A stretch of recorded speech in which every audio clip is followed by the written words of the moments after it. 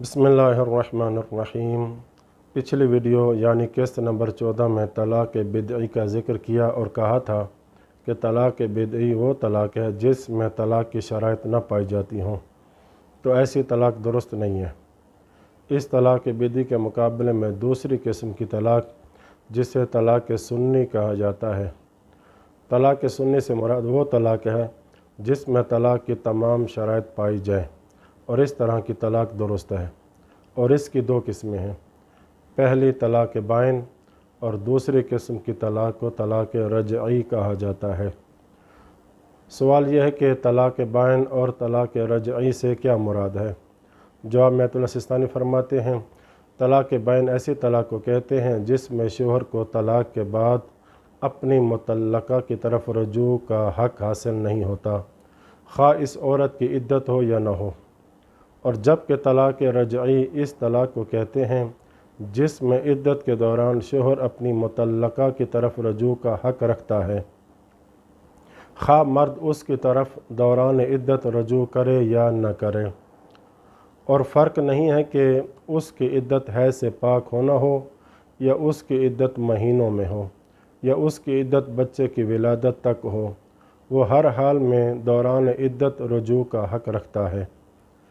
इनके अलावा यानी इन दो के अलावा तलाक़ की एक और किस्म भी है जिसे तलाक़ इद्दी कहते हैं, जो पहली दोनों किस्मों से मुरक्कब है, और इसकी तफसील अनकरीब आएगी।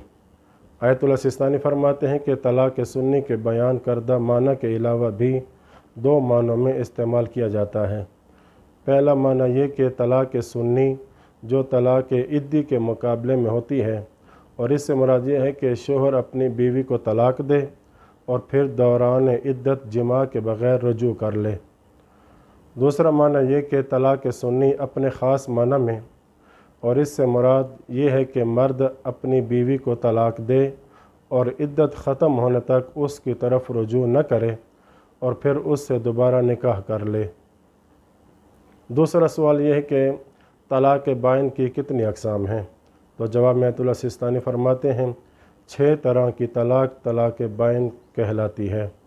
पहली ये कि ऐसी बच्ची की तलाक़ जो अभी 9 साल की उम्र को न पहुंची हो, खा शोहर ने अमदन या इश्तिबाह से उसके साथ दुखूल यानी जिमा कर लिया हो। दूसरी किस्म याइसा औरत की तलाक़। तीसरी किस्म दुखूल से पहले दी जाने वाली तलाक़। तलाक़ की इन तीनों अक़साम में मुतल्लका की इद्दत नहीं होती। चौथी किस्म ऐसी तलाक़ जिससे पहले 2 तलाक़ें जारी की जा चुकी हों और इनके दरमियान शोहर की तरफ से दोबारा रजू या कोई ऐसा अमल जो रजू के हुक्म में होता है रजू भी किया जा चुका हो। लेकिन अगर तीनों तलाक़ें एक बाद दीगरे यूँ वाक़ हों कि इनके दरमियान रजू न हो, तो तलाक़ बाइन नहीं कहलाएगी। पाँचवीं किस्म की तलाक़ बाइन वो ये कि तलाक़ खुलो और तलाक़ मुबारात इस शर्त के साथ कि बीवी शोहर को दिया हुआ माल वापस न ले, क्योंकि अगर बीवी इद्दत के दौरान दिया हुआ माल वापस ले ले तो शोहर को रजू का हक़ होता है। तलाक़ खुलो और मुबारात के मसाइल अनकरीब अपने इस चैनल पे बयान करूँगा इंशाअल्लाह ताला। छठी किस्म हाकिम शरई की तरफ से ऐसे शख्स की बीवी को दी जाने वाली तलाक़ जो अपनी बीवी को तलाक़ देने और अज़दवाजी हुकूक़ की अदायगी से इनकारी हो।